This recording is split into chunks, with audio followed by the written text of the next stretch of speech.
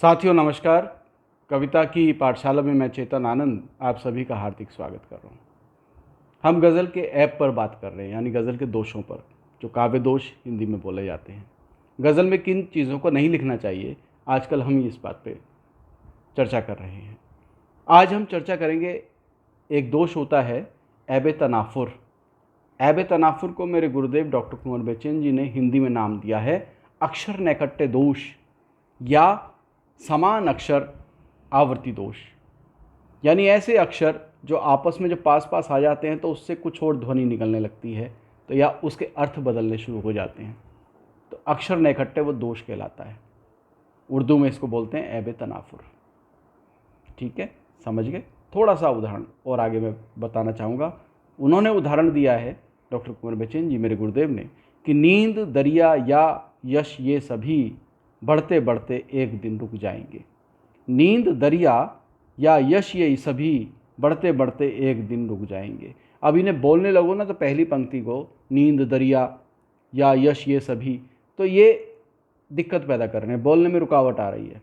हिंदी में जब किसी पंक्ति में एक अक्षर की आवृत्ति बार बार आती है ना, तो वो अनुप्रास अलंकार बनता है और वो हमें अच्छा लगता है। उसको जो है बहुत गुणवत्ता के साथ देखा जाता है कि कवि ने बहुत अच्छा वाक चातुर्य इसमें दिखाया, एक चमत्कार दिखाया, उसके शिल्प में एक पुष्टता है। लेकिन गज़ल में इसका उल्टा है, जहाँ एक अक्षर की आवृत्ति जब बार बार आनी शुरू हो जाती है तो वहाँ पर गज़ल को कहने में रुकावट आती है, उसे अच्छा नहीं माना जाता। तो ऐबे तनाफुर उसको बोलते हैं। तो जैसे ये उदाहरण है नींद दरिया, तो एक शब्द का आखिरी अक्षर और दूसरे शब्द का पहला अक्षर अगर एक ही हैं तो वो नहीं होने चाहिए, उससे एक ही उसका ना स्वर में चेंज आ जाता है बोलने में। नींद दरिया, हम नींद में दा जो है, नींद के आखिर में शब्द में दा है और दरिया के शुरू का पहला अक्षर दा है। नींद दरिया, नींद दरिया, तो दा जो है बोलने में दिक्कत आ रही, नींद दरिया, तो नीदरिया, नीदरिया ऐसा लगा नीदरिया बोल रहे हैं। तो नींद दरिया या यश, या यश ये, या यश ये, तो ये भी अटकन पैदा करता है। तो इसको बोलते हैं हमारे यहाँ ऐबे तनाफुर। और इस ऐबे तनाफुर से बड़े बड़े अच्छे गज़लकार बचते हैं, इस ऐब को अपने शेर में लाते नहीं, क्योंकि वो शेर फिर अच्छा नहीं माना जाता।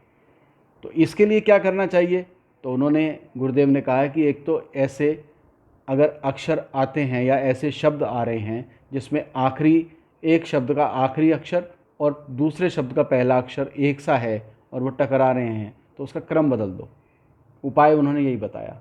तो जैसे था नींद दरिया या यश ये सभी बढ़ते बढ़ते एक दिन रुक जाएंगे, तो मिसरा उला में जो अटकन है उसको दूर करने का तरीका ये बताया कि इसको इस तरह से करेंगे तो शेर अच्छा हो जाएगा।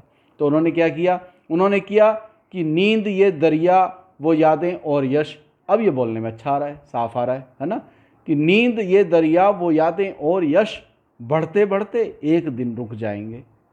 तो ये ऐबे तनाफुर दूर हो गया इससे, ये या लगा के बीच में ना, तो ये नींद ये दरिया वो यादें और यश, तो इस आवृत्ति को ख़त्म किया और अक्षर जो बाद वाला था और पहले वाला था जो आपस में मिल जाते थे उसमें दूरी पैदा कर दी, तो उससे ऐबे तनाफुर दूर हो जाता है। यानी अक्षर नैकट्य दोष या एक अक्षर की बार बार आवृत्ति वो भी दूर हो गई, तो उससे गज़ल का शेर अच्छा बन जाता है।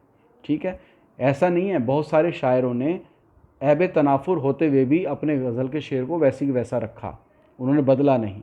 उन्होंने कहा कि ऐबे तनाफुर में ये ऐब नहीं है, गलती है।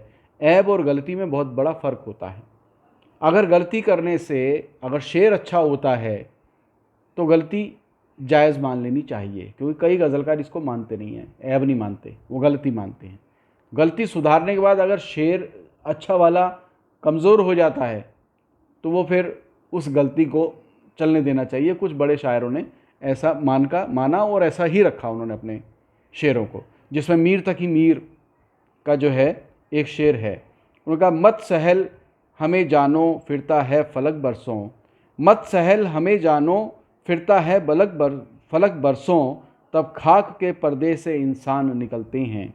अब खाक के बोलने में थोड़ा दिक्कत, तब खाक के पर्दे जैसा आ रहा है निकल के, तो खाक में का आ रहा है पहले शब्द में और के में बाद में भी का आ रहा है। तो इससे ये हो रहा है कि इनके मिलने से ध्वनि दूसरी निकल रही है, बोलने में दिक्कत आ रही है, रुकावट आ जाती है। तो खाक के पर्दे से इंसान निकलते हैं। लेकिन मीर तकी मीर साहब ने इस शेर को बदला नहीं, उन्होंने वैसे ही रखा। मत सहल हमें जानो फिरता है फलक बरसों, तब खाक के पर्दे से इंसान निकलते हैं। तो इन्होंने इसको चेंज नहीं किया, उन्होंने कहा ये गलती है, चलती है। ठीक है। ऐसे ही एक और बड़ा मकबूल शेर है, आपने सुना होगा, ये फैज़ अहमद फैज़ साहब का है। उन्होंने लिखा, गुलों में रंग भरे वादिनो बहार चले। अब आपको कहे हाँ ये सुना हुआ है, आप ये कहेंगे, तो ये है कि गुलों में रंग भरे वादिनो बहार चले, चले भी आओ कि गुलशन का कारोबार चले। अब का कारोबार दोनों आ रहे हैं, का कारोबार, तो का उसमें भी आ रहा है और कारोबार उसमें भी आ रहा है, तो ये दोष है, इसको ऐब तनाफुर बोलते हैं। ऐब तनाफुर में भी तनाफुर खफ़ी यानी जो लुप्त है, का कारोबार में जो पहला है ना का कारोबार, तो का में मात्रा पतन हो रहा है, तो एक का बोला जाता है, उसमें बड़ा का नहीं आ रहा है। तो लेकिन उसमें उन्होंने इसको फैज़ अहमद फैज़ साहब ने चलने दिया, कहा कि ये गलती है, अगर इसको मैं सही करूँगा तो मेरा शेर ख़राब हो जाएगा, तो इसलिए उन्होंने वैसा कि वैसा उसको चलाया है। तो फैज़ अहमद फैज़ साहब का भी ये शेर बड़ा मकबूल है, लेकिन इसमें भी ऐब तनाफुर है, अक्षर निकटते दोष है। ठीक है। का कारोबार चले, ठीक है ना, गुलों में रंग भरे बादिनो बहार चले, चले भी आओ कि गुलशन का कारोबार, का कारोबार, का कारोबार चले। लेकिन उन्होंने, आज हम बोलते हैं इसको ऐसे ही, तो ऐब तनाफुर इसमें भी है। लेकिन तो इस ऐब तनाफुर से कुल मिला के बचना चाहिए, क्योंकि ये भी बड़े बड़े उस्ताद शायरों ने इसको माना है कि ये ऐब है। और कई दूसरा मत ये कहता है दूसरे गज़लकार कि ये गलती है, तो गलती में भी करने पर शेर अच्छा है, तो शेर को नहीं मरने देना, गलती चलने देंगे। तो कई लोगों ने इसको नहीं भी माना, लेकिन इसको ऐब तनाफुर है, ऐब में गिना जा रहा है। तो हम नए रचनाकार इससे जितना बचेंगे उतना ही हमारे गज़लों में खूबसूरती बरकरार रहेगी। हम इससे बच के कुछ और नए रास्ते सोचें, जैसे मेरे गुरुदेव डॉक्टर कुंवर बेचैन ने भी बताया अपनी गज़ल का व्याकरण किताब में, कि हम इसमें क्या करें, इसमें जो नैकट्य दोष आ रहा है उनको दूर कर दें, अक्षरों को, तो अपने आप सही हो जाएगा। उन्होंने उदाहरण भी दिया जो मैंने आपको बताया। तो इस पर अमल कीजिए, अभ्यास कीजिए। गज़ल जब कहें तो गज़ल कहने के बाद जब तख्ती करें और व्याकरण की दृष्टि से देखें, तो ये भी अपने शेर को देख लीजिए कि कहीं उसमें ऐब तनाफुर तो नहीं है। अगर ऐब तनाफुर आ रहा हो तो शेर को तुरंत बदल दें। मिसरा उला में अगर ऐब तनाफुर है तो उसमें दुरुस्त कर दें, और मिसरा सानी में भी अगर ऐब तनाफुर है तो उसको भी आप दुरुस्त कर दें।